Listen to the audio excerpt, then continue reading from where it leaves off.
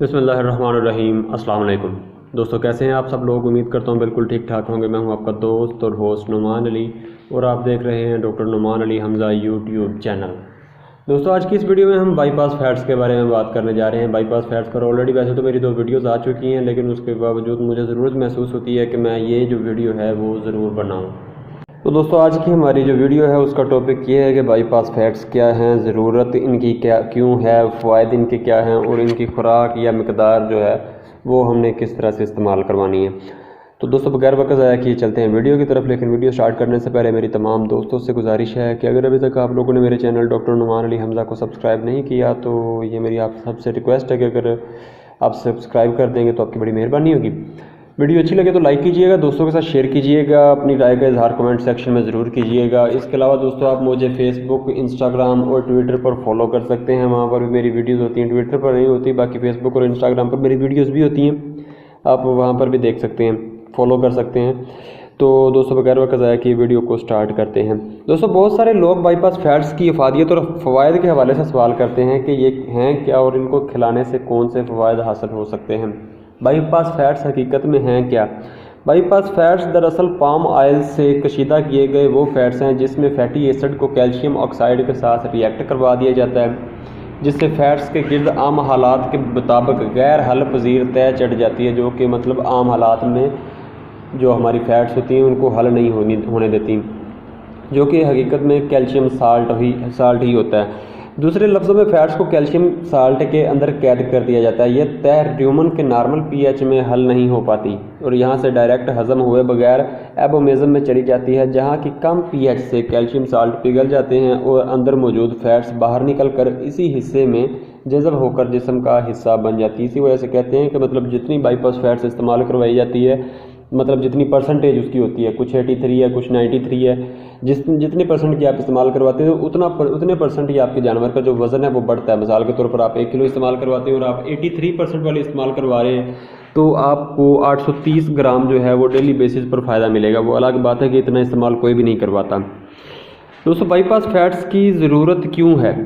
دوسرا سوال یہ پیدا ہوتا ہے کہ بائی پاس فیٹس استعمال کرنے کی ضرورت کیوں پیدا ہوتی ہے؟ اس کے جواب میں اگر تھوڑی تفصیل بیان کروں تو وہ اس طرح ہے کہ تازہ سوئے جانوروں اور خصوصاً زیادہ پیداوار کے حامل جانوروں میں ڈیلیوری کے کچھ عرصے بعد انرجی کی ضرورت کھائی جانے والی انرجی کی مقدار سے بڑھ جاتی ہے، یعنی کہ جانور جو کھاتا ہے اس میں انرجی کم ہوتی ہے جبکہ اس کی ضرورت جو ہے وہ بڑھ جاتی ہے، یا جانور کے جسم میں انرجی کی کمی پیدا ہو جاتی ہے، جو مختلف قسم کے میٹابولک مسائل جیسا کہ کیٹوسس، فیٹی لیور، دودھ کی پیداوار کا کم ہو جانا، دودھ کے فیٹس میں کمی وغیرہ کا باعث بننے کے ساتھ جسم میں غذائیت کی کمی پیدا کر دیتی ہے، جس سے جانور کا وزن تیزی سے گرنا شروع ہو جاتا ہے اور بعض اوقات یہ وزن 80 سے 100 کلو گرام تک بھی گر جاتا ہے۔ غذائیت کی اس کمی کے ساتھ ہی جانور کے بچہ پیدا کرنے کی صلاحیت بھی متاثر ہوتی ہے اور جانور اس وقت تک ہیٹ میں نہیں آ پاتے جب تک غذائیت کی یہ کمی مکمل یا کسی حد تک پوری نہیں ہو جاتی،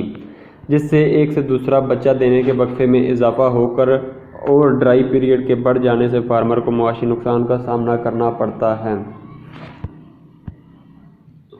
دوستو، بائی پاس فیٹ کے فوائد کے بارے میں بات کر لیتے ہیں۔ ابتدائی شیر آوری اور ڈیلیوری سے پہلے استعمال کرنے سے جسم میں منفی انرجی پیدا نہیں ہوتی۔ ابھی ابتدائی شیر آوری کے بارے میں میرے خیال سے ہر بندہ تو نہیں جانتا ہوگا۔ میرے کہنے کا مراد یہ ہے کہ جب جانور شروع میں بچہ دینے کے بعد دودھ دیتا ہے تو انرجی کی کمی اس وقت اس لیے ہوتی ہے کہ جانور دودھ جو ہے وہ دودھ میں بہت زیادہ اپنی انرجی جو ہے اپنے جسم سے باہر بھیج رہا ہوتا ہے۔ اگر بائی پاس فیٹس کا آپ استعمال کرواتے ہیں تو منفی انرجی یعنی کہ انرجی جو ختم ہو رہی ہے اس کی کمی کو پورا کیا جا سکتا ہے۔ دودھ کی پیداوار کو بڑھاتے ہیں اور مسلسل استعمال دودھ کی پیداوار کو یکساں رکھتے ہیں۔ بائی پاس فیٹس کے بارے میں بات کر رہا ہوں۔ زیادہ پیداوار کے حامل جانوروں کی غذائیت کو پورا کرتے ہیں۔ جانور جلدی مثبت انرجی میں آ جاتا ہے، جس سے بچہ پیدا کرنے کی صلاحیت میں اضافہ ہوتا ہے۔ مادہ جانوروں میں انڈے کی فرٹیلٹی یا زرخیزی اور نر جانوروں کے سپرم کا صحت مند ہونا بھی اس کے فوائد میں شامل ہے۔ پروجسٹران ہارمون کے لیول میں اضافہ۔